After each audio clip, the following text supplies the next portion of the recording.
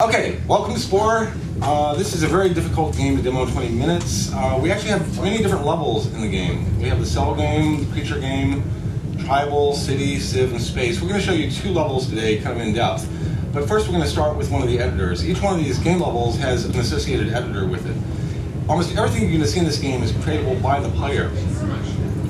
And this is the creature editor in the game. We start with this torso. It's a very clay-like thing. You can kind of grab, manipulate, shrink, expand, use the mouse wheel to sculpt it. And so this kind of becomes the starting point for our creature. So I'm going to grab this thing and kind of inflate this a bit, drag it around.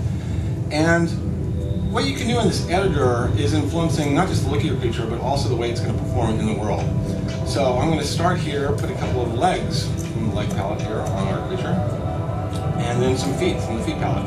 You'll notice there are different columns here. A lot of these parts also have morph channels, so we can sit here and kind of distort them. Each part has a number of different kind of directions it can be bent and manipulated in. Now we're going to put some eyes on from the sense palette. This is pointing the eyes. Mouths, depending on the mouth we pick, our creature will be a carnivore, herbivore, or omnivore. This will also determine the voice that our creature has in the game, whether it's a bird-like voice or insect-like, etc. Now let's give this guy some arms. Now this is designed so that almost anybody can come up and make something really interesting in about 2 or 3 minutes. We want players to feel like basically they can create something that a Pixar artist would create over weeks. Now this is my just basic creature that I've thrown together. Now we go into the texturing step.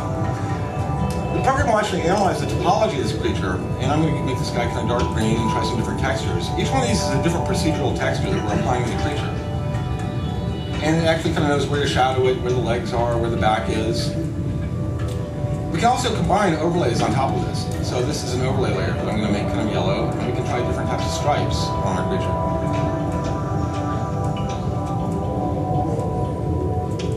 And when we're ready, we can basically go into test mode now and see how our creature will move around. Now at this point, the computer's actually analyzed what I built in the game, and it's procedurally animating this thing. We can actually kind of see it do some of its behaviors that we might see later in the game as we're playing. This is how it might fight, how it might play, how it might react. In fact, inside the theater here you see all these creatures on the walls. These were actually printed on a 3D printer, and it gives you some sense of the diversity of creatures that we can build in the game. Now we're going to pop out here and go into the actual creature game that you're playing. Now this is a full world of creatures. It's actually populated with other things that other players have made automatically. There's an entire ecosystem of the world here that we're playing in. And the computer is actually controlling these other creatures now. They were coming from our central server in a very compressed format.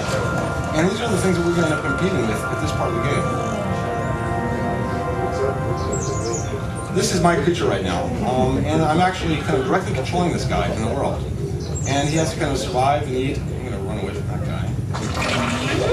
Okay, I want to be near there. So basically at this point in the game I need to eat and get enough points where I can reproduce. So these guys are small. We take one.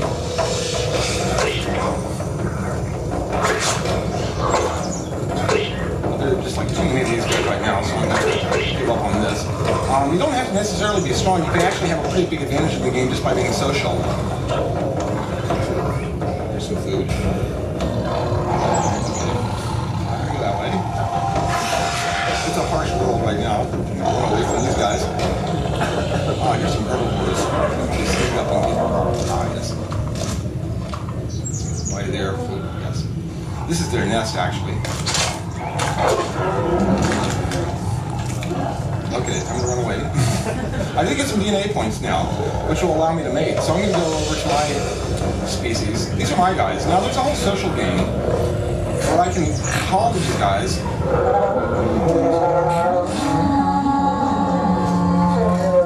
This one's ready to mate. I can tell by the little hearts there. And this is what will get me back in the editor, where I can continue to redesign my creature. Procedural mating.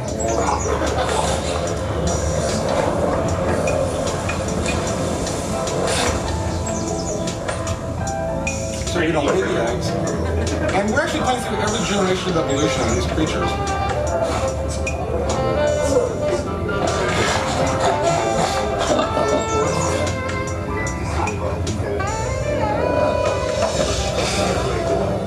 Now we have to protect the eggs until they hatch. And so, the scavengers coming after me here. Now at this point, I can actually click on the eggs and go back into the editor. So this is the creature I was just now playing. So I'm going to improve it a little bit. First of all, I want it to be faster, so I'm going to buy a bigger foot. Each one of these parts has an upgrade level. These little sliders over here are showing me kind of the performance of my creature. So how I design my creature and what parts I use will determine the performance of my creature in the world. I'm going to give it a couple of arms as well, and give it some claws so that it can make it fight a little bit better. I'm going to go to the hand palette, put some claws on here. Maybe shrink that down a bit. I want my creature to look a little scarier too. This creature looks just kind of goofy, so I'm going to get a little bit meaner looking eyes here. Let's point the eyes forward. Yeah. Okay, now let's give it a little bit more interesting texture here. It's kind of got this clown suit on right now. I'm going to go for something that's a little darker, I think. I'm going to go for something in a dark blue with scales, I think.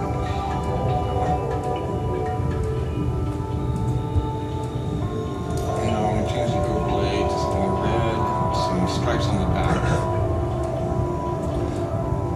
So you can spend as much time in the editor or as little time as you like in these generations. Okay, this is my new creature, so I'm going to come back into the world with this creature. Now coming back into the world, I'm actually not a grown-up. I actually start as a baby. So this is the baby version of the creature I just designed. These are my siblings and my parents. Now I can make friends by clicking on these guys, and they will actually become part of my herd, and we can now work together as a group. So I get the little friendship sign. This is kind of like a friendship game in the sim. And now my little friends will follow me around the world, and we can kind of work together as a team.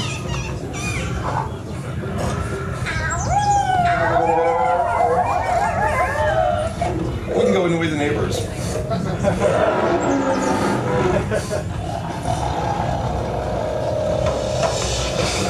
If I do this long enough, the babies are going to get eaten, so I'm going to skip over this part of the game. Now, we're going to skip over several levels of the game here.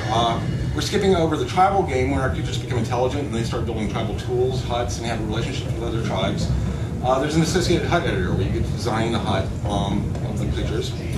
Also, at some point, you can even design the flora of the game, change, make very kind of imaginative worlds using that. Later, we go to the city game, where it's kind of a simple version of SimCity. We're designing their buildings, designing the city layout, and kind of the specialization of the city. There's a building editor as well as a city editor. Eventually, we get to the civ game where we're designing vehicles that we'll actually use to kind of crawl around the surface of the planet and interact with other civilizations. We're actually going to skip ahead to that phase right now. This is kind of the very end of the civilization game that we're going to. Same species that we were playing before, same planet, just much, several hours later into the game. So, this is one of the cities that I've built for my creatures. All the things you see on screen here are, creatable by the player and then automatically shared to the pollinated content. We actually have several different cities on this planet here. This is our home city. Now, at this portion of the game, which is the very end of the Civ game, we're actually just about to get into the space game. So, at this point, for the first time, I can kind of click on my city hall and choose to purchase a UFO, which is what I end up playing the next level of the game with.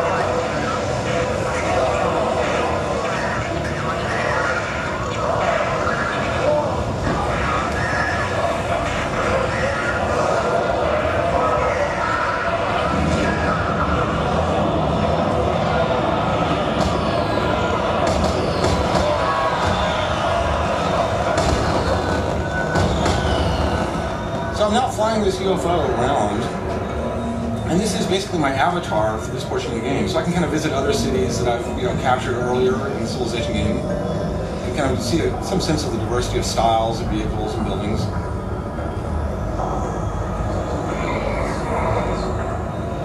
The UFO can be used for a lot of things. It's kind of like a very versatile tool. One of the things I can use the UFO for is collecting content.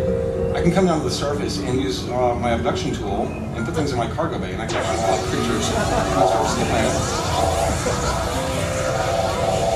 I can use this content to actually, bring to other planets and use it to pollinate and build other worlds. We've actually found that we can use this abduction rate for throwing things pretty effectively. And if you throw them this right, we've gotten them into orbit around the planet, which is really cool. So now we're pulling way out. This is the planet that, you know, up to now we've been playing on this planet the entire game. This is our home planet. And with UFO now, we can pull out to the solar system for the first time. This is our local solar system. We have a few planets in here. This one has life, I can tell by the sliders. It doesn't have intelligence, but it has some kind of wildlife on it. So we're going to fly over here in the UFO. Come down to the surface.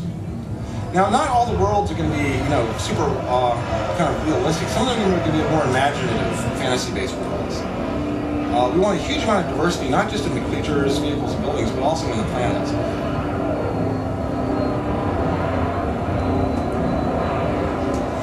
So this is a biosphere that's already established to some degree.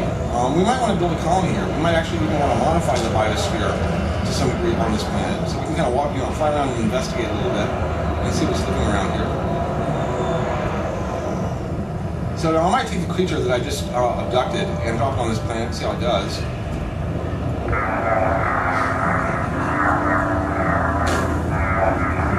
Have it meet the neighbors, so to say.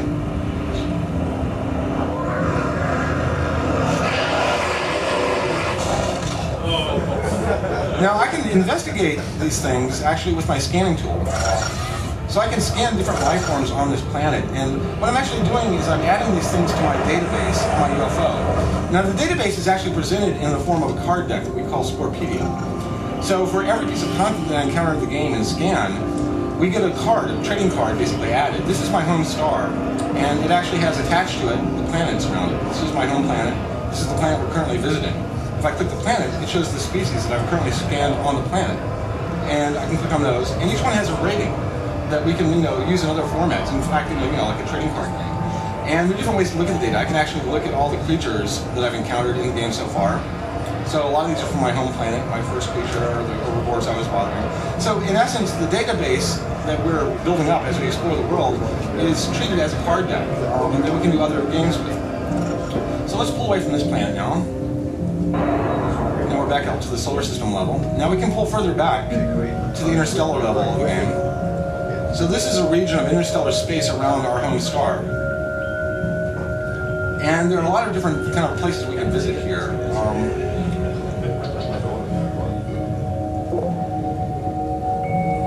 to go down to this blue thing here.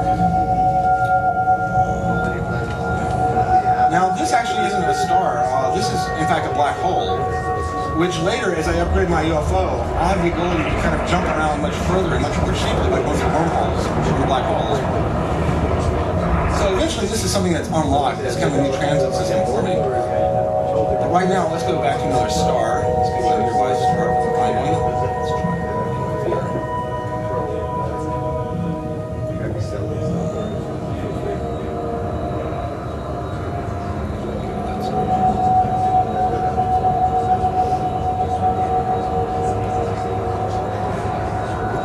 Large galaxy probably holds about 500,000 stars that we're actually going to have. Each will have an average of 4 planets. So there will actually be millions of planets that you can visit in this game. So this is an alien star system. We can visit the close planet here. This one's going to be very hot because it's close to the sun. So we're going to come down to the surface of this planet. So this is more of a lava-based world, which is going to be very difficult for me to terraform and colonize. There might be other reasons for me to explore it.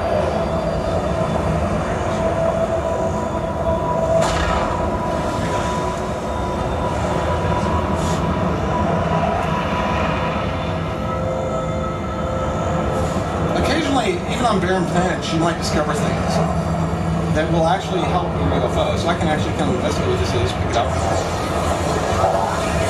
There are a large number of upgrades to the UFO, you know, which will give me increases in weapons, terraforming ability, cloaking devices, all sorts of things that we're kind of pulling from science fiction to go into my specials catalog that I can use later in the game, or even use in the trading game. So at the space game, you know, there are a lot of different metagames I can play involving exploration, trading, fighting, etc. So I'm going to pull away from here. There's really not much else on this planet right now. We're going to go over to this place, which you can tell by the sliders, in fact, has intelligent life on it. And this is actually a moon. It's a moon of this gas giant here. Pull down to the surface here.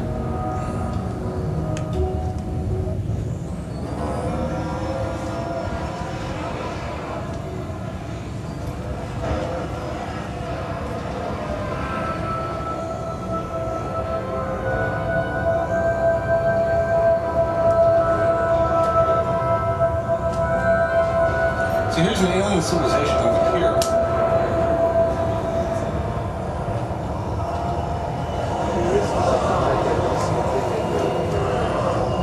Now these are actually created by some other player. The computer's now controlling them. And there are a lot of different things I can do here diplomatically. I can try doing some fireworks just to see if I can impress them. So they like that. I'll try doing some more fireworks.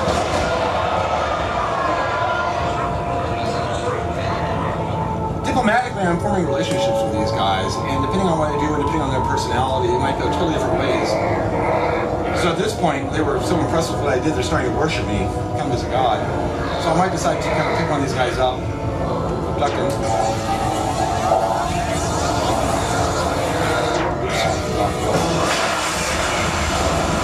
They were upset by that. They saw that as an aggressive act, so they have planetary defenses.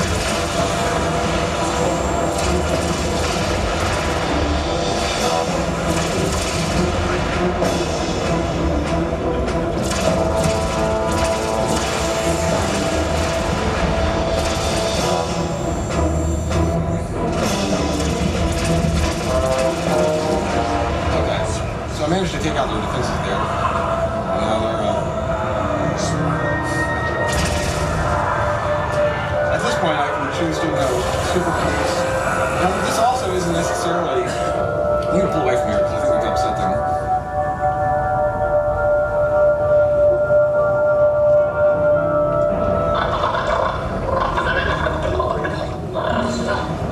So this turned out to just really be one of their colonies. And probably attacking them was a mistake here. I apologize here. But now we're getting another message on our comm screen. This is our home world, actually. So attacking those guys, in fact, have repercussions. They might even have allies that will come and attack me later on. So you have to be very careful about managing the relationships up at the space level of the game.